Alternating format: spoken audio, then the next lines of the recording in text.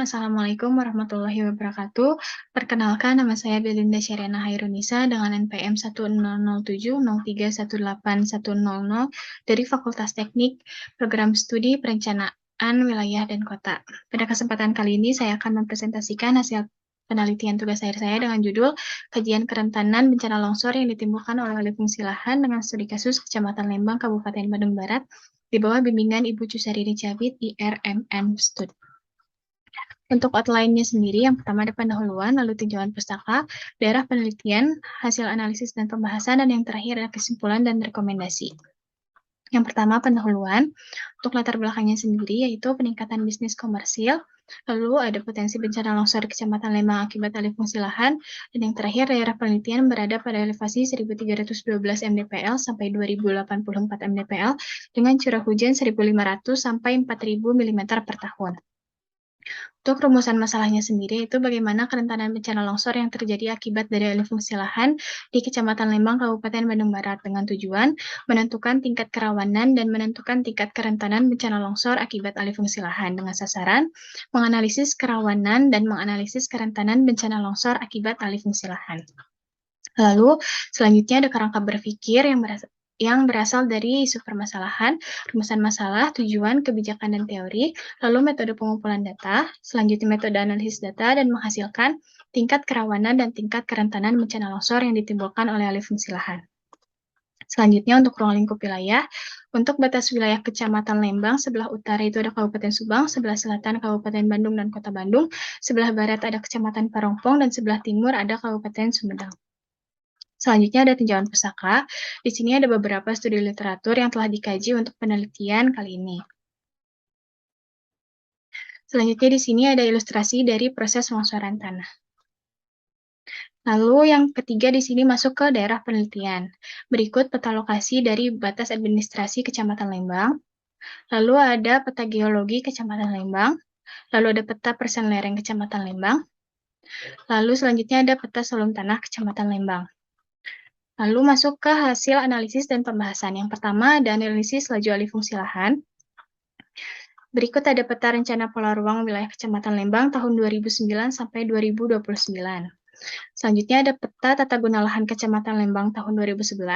Lalu ada peta tata guna lahan Kecamatan Lembang tahun 2019.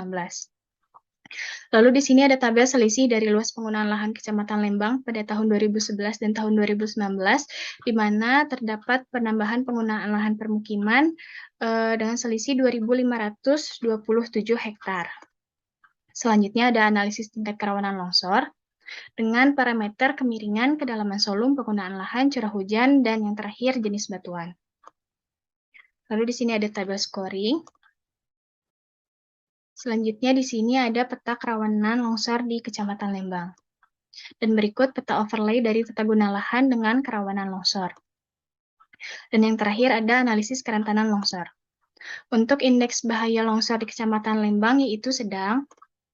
Lalu selanjutnya ada kerentanan sosial. Untuk kerentanan sosial di Kecamatan Lembang itu rendah.